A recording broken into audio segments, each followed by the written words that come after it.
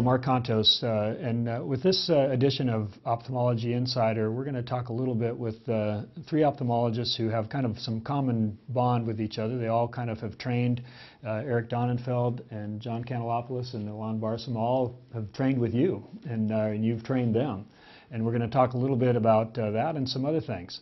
And Eric, I'm going to start with you, and let's talk a little bit about residency and fellowship training. And you've probably trained more residents and fellows than most people out there over the years, and you've seen lots of changes over the years, I'm sure, in different kinds of personalities that come through. And where's the status of that now? And compared to like when guys like John and Allon were coming through, what have you seen? Thanks, Mark. It's a pleasure to be here today. I have been training residents for the last 25 years, and I work with my senior partner, Hank Perry, who in many ways trained me in ophthalmology. So he really trained all of us. And over the last 25 years, we've had some extraordinary fellows, and these are two of the top 25 we've had over those last 25 years. Mm-hmm. In actuality, they're two of the very best, and I'm very proud of both of them. They're extraordinary individuals, great surgeons with extraordinarily keen minds. But for me, Mark, training residents and fellows is one of the obligations we have as ophthalmologists and physicians in general.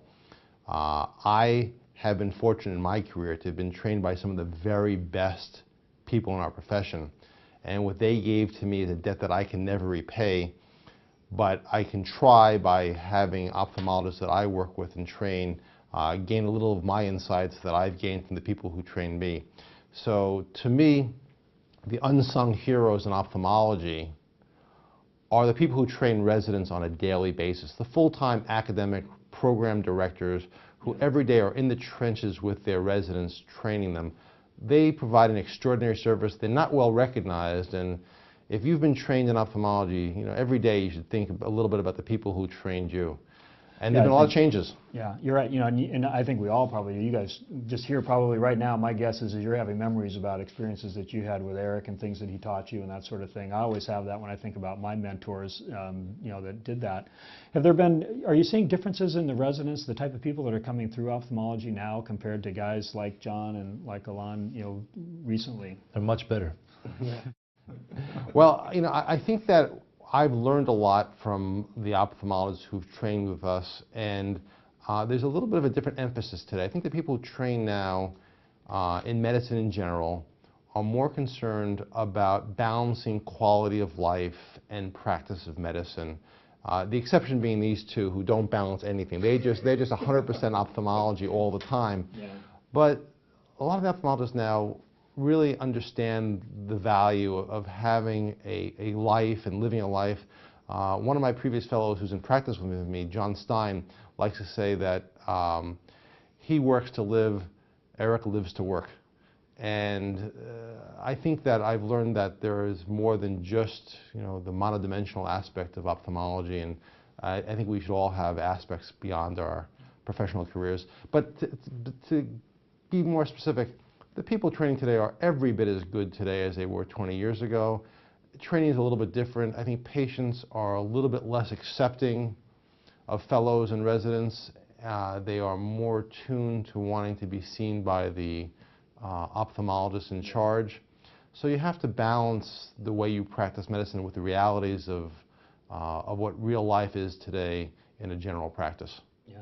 Allon, you're probably, you're the youngest of the group here, and I think, and you and I were talking earlier about, kind of being at the meeting and how much time you spend with your family versus being here and that sort of thing. And I think you're probably a good example of what Eric's talking about. You're obviously very gifted and have a career that's really moving forward at a, that I see in a pretty rapid pace. But at the same time, you do see that kind of family, the importance of that and things that really, quite frankly, when I was a resident and doing my training, that stuff was all kind of meant to be back on the back burner, and you had to really stay focused on what you were doing, and you've kind of maybe found a little more balance in that regard. Yeah, I think it's one of the challenges of modern life in general, not just in ophthalmology, but people essentially, we live a life now where you're expected to kind of have it all. You have to have, you have a family. If you're married, you have a husband or a wife and children, and you're somehow supposed to be, like in more than one place at one time. But it is difficult because as an ophthalmologist and as a surgeon, your patients demand that you're the best, that you're committed to them 100%, that you give them everything. And then when you have a family life as well, it does kind of create that kind of dichotomy. I mean, what I do personally is Monday to Friday is really, you know, work time as much as possible, and then I try and do as little as possible on the weekend. So I try and have that kind of cut off. But obviously, if there are emergencies or if you're on call or covering patients, you still have to do weekend work, and then there's meetings as well. Yeah. So with meetings for me now with young kids, it's about being as selective as possible. Yeah. And John, in your practice, you see a lot of doctors coming through. A lot of doctors come through to your practice to train and learn a little bit about, cross-linking perhaps, or some of the other things that you're so busy with. So you're seeing kind of a large number of guys come through in different times. And I had the opportunity to visit you not too long ago, and I really kind of saw that. I think there was a gentleman, a doctor from China at the time I was there, that was kind of working with you and learning from you. So you're seeing people from all over the learning, in a kind of little mini fellowships, if you will. I mean, what sort of things have you noticed? Well, you don't appreciate the owe that you have to your teachers until you have to train somebody. And all the anxiety and the responsibility to the trainee and to the patient as well. And that is when, in my career, I realized how generous Eric and Hank were, and the fellowship and all the rest of the teachers I had. I did a few fellowships in Boston as well. And I think it's very difficult. I agree with Eric. It's something that is not rewarded enough in an ethical way. We don't give credit to the surgeon that's next to the learning surgeon and the anxiety he goes through. And I'm sure Eric went through that when we trained with him, and I had the opportunity to train with Eric even in my residency. He was our cornea instructor.